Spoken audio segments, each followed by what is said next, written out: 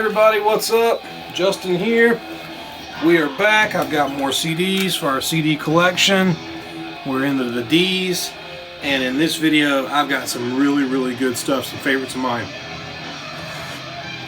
I have a super exciting update. Hopefully the quality is going to be greatly improved this time around. The whole time I've been making these videos, I've been doing it with my phone, and I can't see the screen when I'm talking because I'm using the camera on the back of the phone. If I use the reverse camera, the quality's terrible. So I finally got it rigged up to where I'm mirroring my phone to my computer right here so I can see myself. And hopefully the lighting's a little bit better. I noticed the last couple videos when I'm holding stuff up to show it to you, it was off center or off the getting cut off or whatever. So hopefully that will greatly improve. Anyway, into the videos. First up, we are listening to Merciful Fate. See there, I'm off center. Merciful Fate. This is called Early Sabbath. It is a live set from the Dynamo Festival in 1982. This is a pretty decent cassette release. Nice J card. It's printed well, and it sounds killer. So everybody knows Merciful Fate. King Diamond, fucking untouchable. I'll put some links below. If you don't, I don't know, I say that, you may not be into Merciful Fate. When I got into metal and black metal and death metal, I knew the name Merciful Fate, and I remember probably 1999 or 2000, they toured on the 9 record. And I remember they played a club in Tallahassee, Florida called The Moon. And the Moon was a little bit bigger than the Cow House, which is where a lot of metal shows were. And I remember seeing on the marquee, when I was down there for something, Merciful Fate. And I was like, oh, they're a metal band, but I think they're not death metal and they're not black metal. And I didn't know power metal or anything at that point. I didn't know what kind of music Merciful Fate played back then. And it wasn't until a few years later that I really got into them. And I always kicked myself for not going and seeing Merciful Fate in Tallahassee. But anyway, Merciful Fate is like proto black metal. Just evil fucking heavy metal. But it can be, his voice takes some getting used to. So, alright, into the CDs.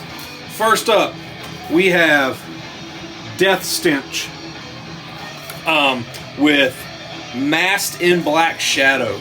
So Death Stench is a kind of a Black Death noise electronic type thing. I think there's guitars and drums. I think there's a lot of bass on it. Bass and guitar, drum machine. It's very harsh sounding. Very just like metal on metal grinding, just nasty, sick fucking atmosphere. You know, listen to the song titles: Corpse Upon a Throne of Worms, Symbols in Warm Flesh, Caress of Black Blood. This came out on Black Plague Productions. Black Plague was an imprint of Malignant Records, and Malignant Records is like the record label for power electronics and drone and ambient and nasty music. And this is really fucking good. It's heavy and fucking dense and evil. Good shit. And this is a little promo sheet that came with it. And Jason Mantis owns Malignant Records. He wrote me a little note there when I got this from him. This is good stuff.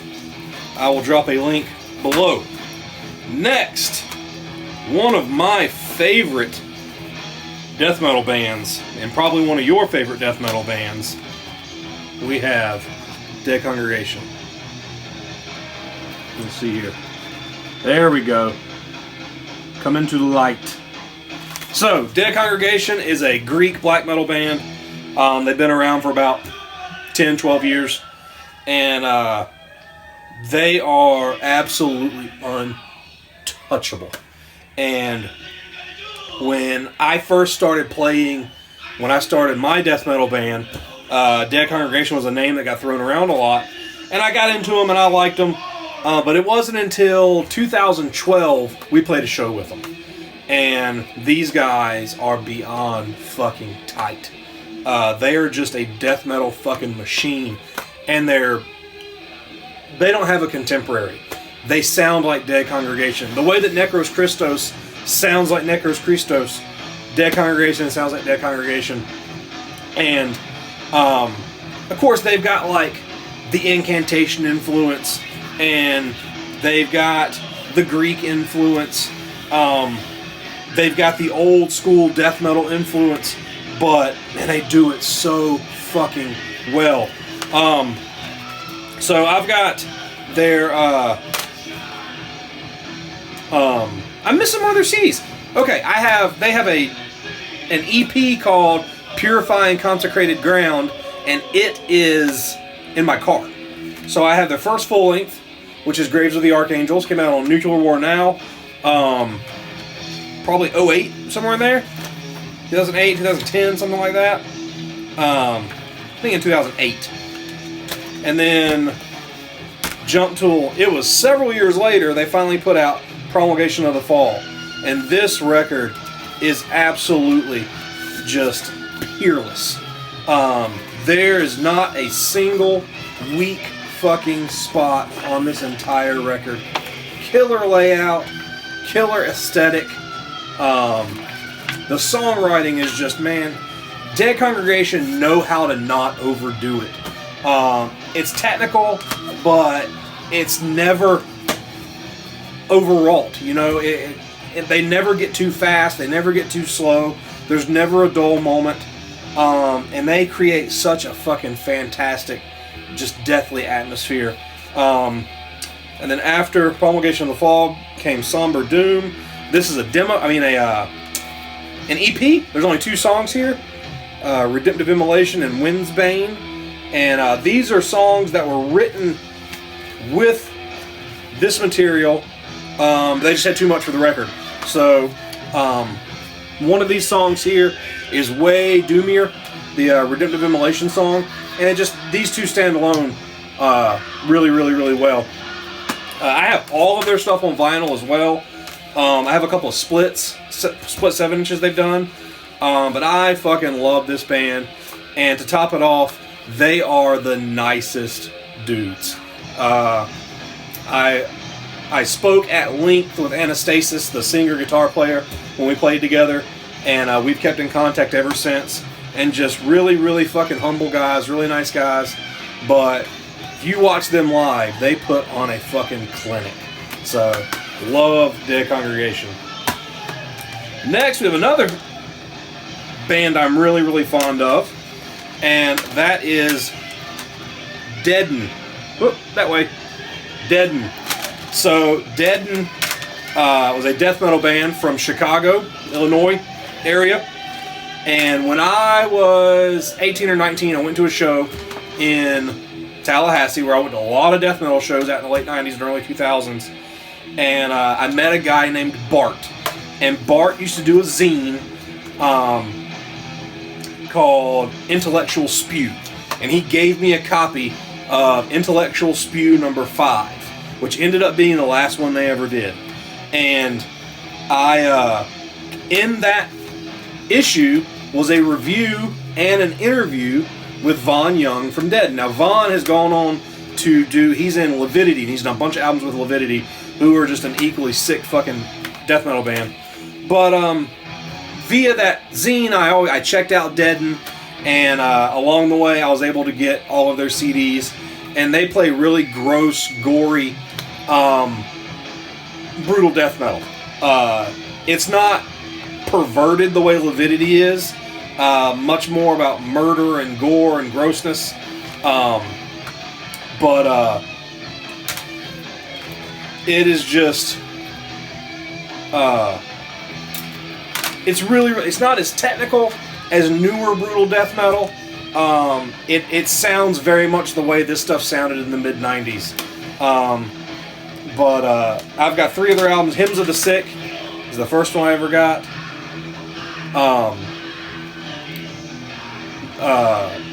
Full of just terrible fucking gory nasty pictures. And then Feast on the Flesh of the Dead, and this has got some bonus live tracks on it, and then Displaying the Art of Carnage. But I love Deaden. They're just a raw, nasty, mid-90s brutal death metal band, and they are really, really. This band existing is pivotal to me liking brutal death metal. So we got one more band here. Also, being able to monitor myself, I can see how long I'm talking, and I don't like my videos to be half an hour long. I feel like that just goes on too long. But if I can't watch myself, I'll just keep fucking talking. So I'm trying to go around 15 minutes is what I'm shooting for. So we'll see how that works out.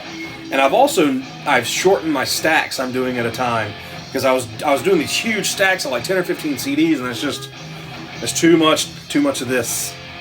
So anyway, next up we have Deathspell Omega.